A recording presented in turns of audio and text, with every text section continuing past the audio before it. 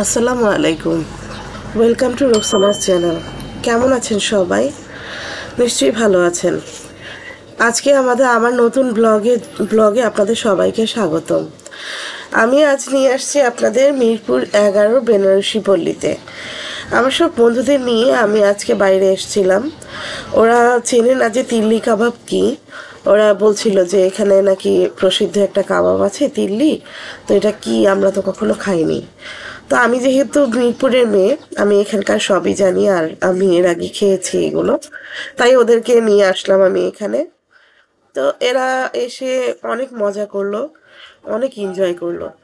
আমি পুরো ভিডিওটা ক্যাপচার করেছি আপনাদের জন্য, যে আপনাদেরও দেখাতে পারি। আমি এখানে রেগুলার একটা চপের দোকান আছে, সেটা হচ্ছে মিনু ডিম চপ। তো এখানে আমি সব সময় খাই আর কি, আমার ভালো লাগে এই দোকানটা। এই দোকানটাতে আপনি কোয়েল পাখির ডিম পাবেন। এর আগের ভিডিওতে আমি দেখিয়েছিলাম যে ওরা কি করে কোয়েল পাখির ডিমটা করে কাবাব করে দেয়, মানে ভেজে কাবাব করে দেয়।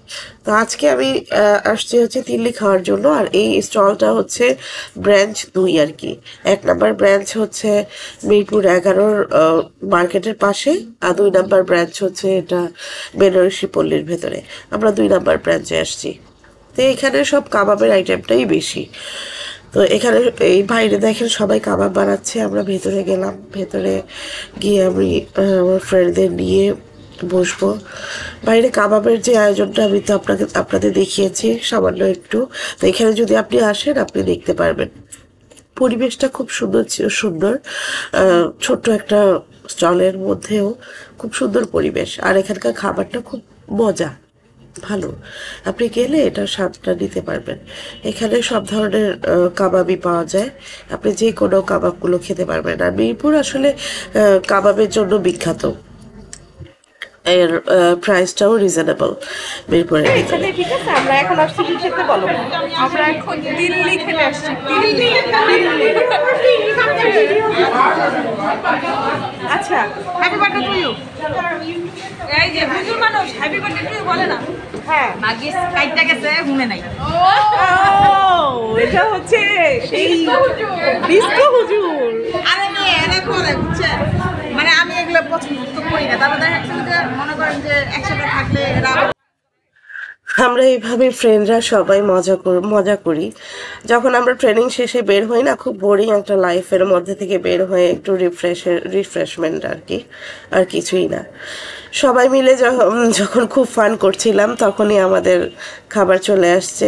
আমরা খুব সামান্যই খাবার অর্ডার করেছিলাম, কারণ বিকেলে আমরা সবাই যার যার বাড়ি চলে যাব, যার যার বাসায় চলে যাব। সময় নাই আমাদের তেমন একটা বাইরে ঘোরার।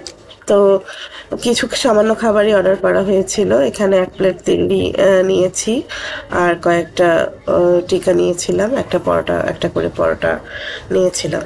তো এইভাবে নিয়ে আমরা ডিস্ট্রিবিউট করে আর খেয়েছি। বাট খাবারটা পরিমাণে কম থাকলেও আমরা কিন্তু খুব এনজয় করেছি। আমাদের এনজয়মেন্টটা অনেক বেশি ছিল। জাস্ট একটু টেস্ট করা আর ফ্রেন্ডদের সাথে একটু আড্ডা মারা, এই হচ্ছে আসলে মূল উদ্দেশ্য। তো পুরো ইয়েটা আমি আপনাদের সাথে শেয়ার করলাম, এখানে যেখানে আমি সব কিছু ডিস্ট্রিবিউট করছি।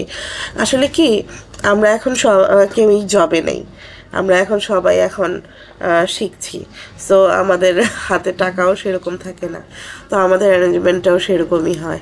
তো আমরা ছোট ছোট ভিডিও করে আপনাদের মাধ্যমে আপনাদের কাছে একটু ছড়িয়ে দেওয়ার ট্রাই করি, যাতে করে আপনারাও দেখেন আমাদেরও জার্নিটা সুন্দর হয়, তাই না?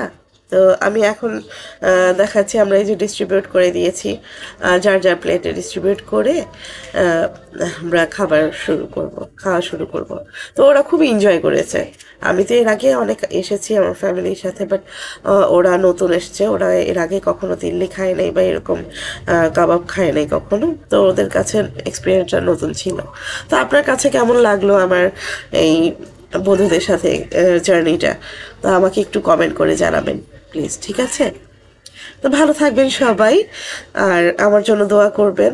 আমার চ্যানেলটা সাবস্ক্রাইব করবেন, আমার ভিডিওগুলো দেখবেন প্লিজ। আসসালামু আলাইকুম।